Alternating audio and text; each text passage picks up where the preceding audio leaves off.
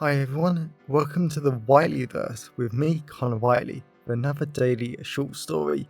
Now, before I start today's story, please remember to like, comment and subscribe to the channel so you don't miss any new content, and the engagement really helps the Whiteleyverse with the YouTube algorithm.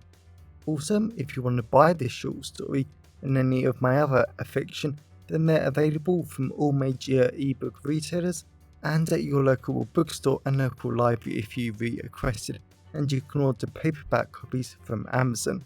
Now, here's today's short story. I hope you enjoyed just as much as I did writing it. Escaping the Wolf. In Hell's Place, the former council estate where people get murdered, disappear and other weird and twisted things happen every day, even the meaning of family becomes twisted. Nothing and no one is safe in Hell's Place. Rick Lee gripped his steak knife so tight his knuckles were ghostly white as he stared at the tiny dirty white terraced house in front of him. He spat on the cracked concrete driveway with large weeds, tree roots and worms silvering between the cracks. He just couldn't understand why anyone, much less the monster that took his younger sister, would want to live in this house. The awful white paint was peeling and flaking off the cracked bricks. The windows were cracked and black mold covered in the curtains inside. He looked up and down the long narrow street he was on. The handful of street lamps flickered as they were dying from neglect. Other dirty white houses were also falling away, and all lights were off inside the houses. No one was awake. Even on the cold street, besides the few black, white and light blue cars of makes and models he didn't know, there was no one else awake. He smiled. No one would be able to stop him, protest or report him to the police. He was breaking into the house and saving his sister no matter what. An icy cold breeze wrapped round Rick as it brushed past him, but he didn't shiver, he didn't react, and all he wanted to do was go inside and get his younger sister back. Abby was only a year younger than him, but she was smarter, more successful and sportier than he ever could have been. Rick still loved how she had competed at national dance competitions throughout her teenage years, and she had won. Then she had given it all up to follow him to university, get her degree in business management, and that's when he had taken her. Rick went towards the dirty white house. The rough feeling of the roots, cracked concrete and weeds pressed into his trainers. He kept going.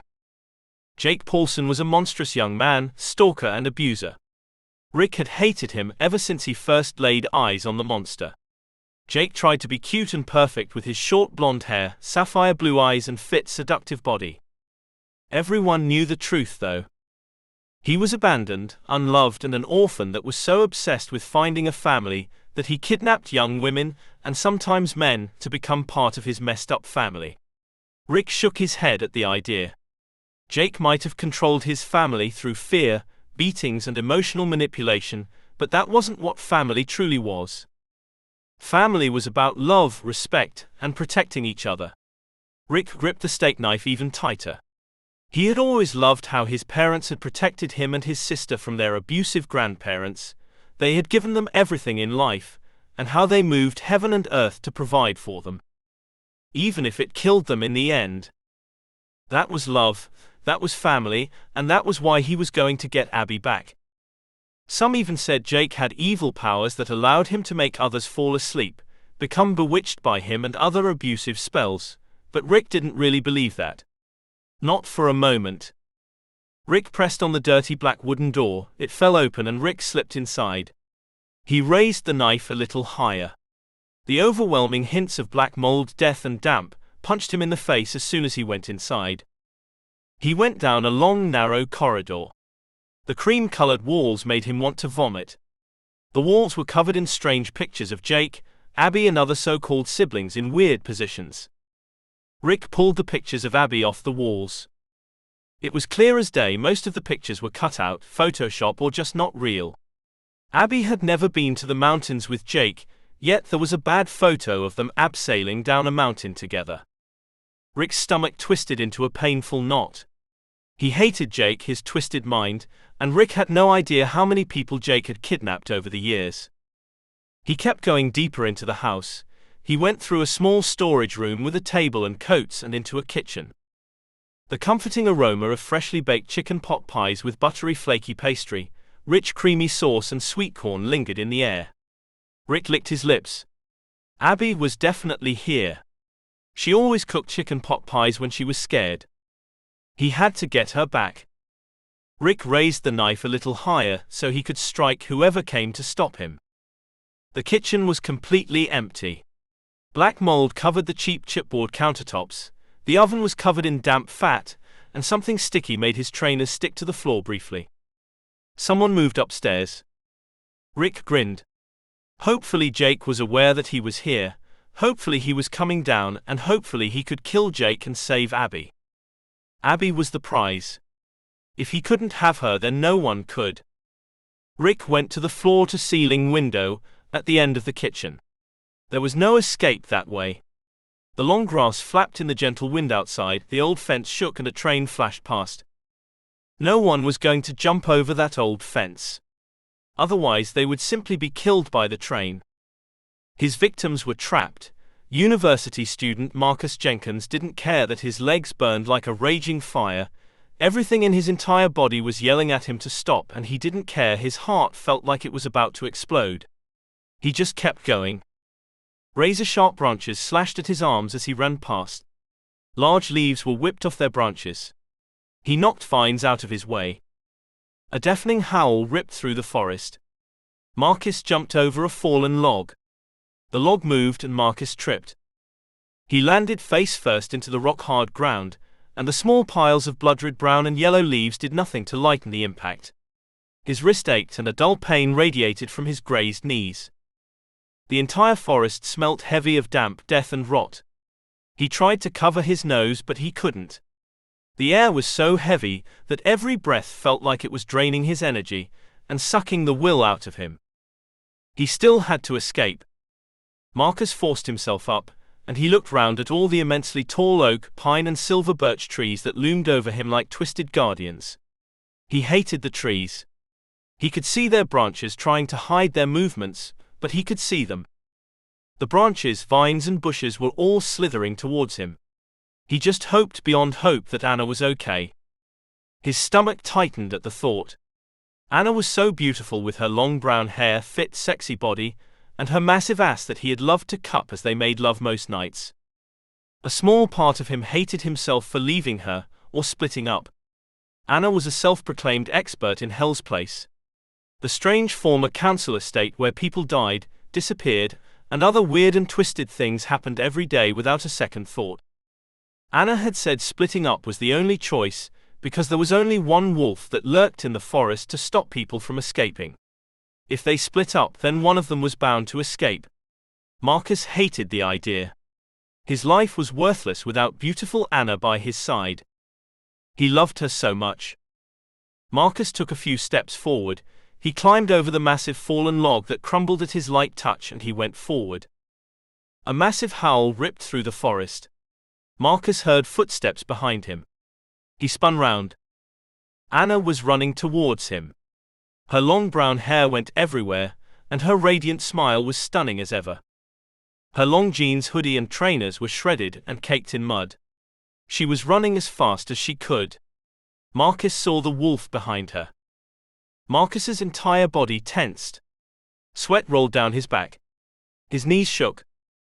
The white wolf, with its angelic elegance, razor-sharp teeth and evil human-like eyes, leapt and slashed Anna's back. She fell forward. Marcus rushed over, and he cradled her in his arms as the wolf circled them. Marcus liked the softness of Anna's clothes and skin against his body. The warmth of her blood was uncomfortable, and Marcus hated how much she was shaking. She was terrified, and he couldn't blame her. Not for a single second. The wolf circled them over and over. It snarled, howled, and licked its muzzle at them. Marcus looked round for a branch, a twist or another animal that it could offer up as some kind of twisted sacrifice. He had never wanted to play the evil game of Hell's Place, but Anna had taught him a few things over the years. He laughed to himself. Most of their twisted Hell's Place conversations happened during aftercare after their amazing sex sessions. He had loved those conversations.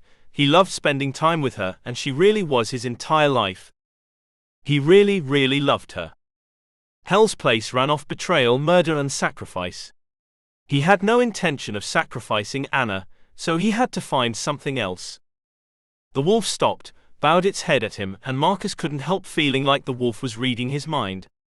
Maybe the wolf liked the idea of him sacrificing something, killing another creature, and making himself as morally twisted as the rest of Hell's Place. Marcus gently rubbed Anna's warm blood-soaked back. He couldn't fall into damnation. He didn't want to be as damned as the rest of Hell's Place, and he wanted to escape and live a good life. "Any ideas, babe?" Marcus asked. Anna tried to form words, she tried to move, and she tried to do something. Marcus kissed her lightly on the head. She was simply too terrified, too injured, and she was in too much shock. Marcus bit his tongue. He couldn't blame her, but he needed her. He needed her ideas, and he needed her to come up with a brilliant idea. Sadly, that wasn't going to happen, and he feared it was all down to him. The wolf snarled, howled, and flashed its 42 teeth at him. Marcus gulped at the twisted sight of the 42 dagger-like teeth, but he was determined to survive. He hadn't said all his goodbyes, transferred all his money, and told his parents he was coming home just for him to die now. Anna had said he was stupid for leaving a paper trail, and it probably was all his fault, but he wanted to survive. And he was going to, no matter the ethical, moral, or sexual cost. Marcus kissed Anna lightly on the head, he let her go, and he stood. He shivered a little in the cold night air. He half expected the wolf to jump him, devour him, and eat him alive. The wolf only snarled, howled, and then it bowed at him. Almost like the evil wolf knew exactly what he was going to do. Even he didn't know what he was going to do. Marcus looked down at Anna. She was so injured, so terrified, and if he took her with him, then by the time they escaped, Hell's Place would probably have changed its mind. Even if it decided to let them go. He just watched as the blood soaked into Anna's clothes, the life drained from her beautiful face, and her striking blue eyes went a little glassy. She was dying anyway. There was no reason for the wolf not to devour her instead of him. He was fit, he was healthy, and he had a loving family waiting for him. His stomach twisted at the idea. He loved Anna. Anna had been his first girlfriend, his first love, and the first woman he had ever had sex with. She was his entire life. He shrugged. He could always find a new girlfriend, a new woman, and a new person to sacrifice when life got difficult. "Wolf," Marcus said, looking directly at the creature, "eat her and allow me to escape. That is my sacrifice, and you will obey me." The wolf cocked its head from side to side in a terrifyingly human-like gesture. Then the wolf looked towards Hell's Place through the incredibly dense forest like it was talking with its master, and then it nodded. Marcus ran past the wolf. Anna screamed and Marcus didn't stop. As he ran as fast as he could, he didn't stop, he didn't look back, but his stomach twisted in an agonizing knot as the constant sound of Anna's screams constantly echoed in the back of his mind. When he escaped, he met up with his family. They loved him, and he got a job up in London. But he knew he was a changed man now. He had no problem throwing others under the bus, he had no problem hurting others, and he had no problem being just as morally corrupt as everything else in Hell's Place. And whenever he closed his eyes, he just saw the horrific image of the white wolf devouring Anna over and over and over. Because that was the thing about Hell's Place, no one ever escaped the wolf, even after a sacrifice. Welcome back everyone, it's me again, Connor Whiteley. So I really hope that you enjoyed today's story, because I flat out love writing, creating stories and sharing them with you. If you really enjoyed today's story, then please remember to like, comment and subscribe to the channel so you don't miss any new content, and the internet engagement really helps the Whiteleyverse with the YouTube algorithms. And if you want to buy this short story or any of my other fiction, then they're available from all major ebook retailers, and you can get them from your local library if you requested, and you can order the paperback copies from Amazon, your local bookstore or local library if you request it. Lastly, if you want to support the channel on a one-off basis, then you can now buy me a coffee at buymeacoffee.com/Connor Whiteley. Also, if you know anyone who would enjoy today's story, then please share it with them. I'm always really grateful when you wonderful people help spread the word about the channel. So, thanks for watching the Whiteley Verse, and I'll see you again soon. Have a great day, everyone.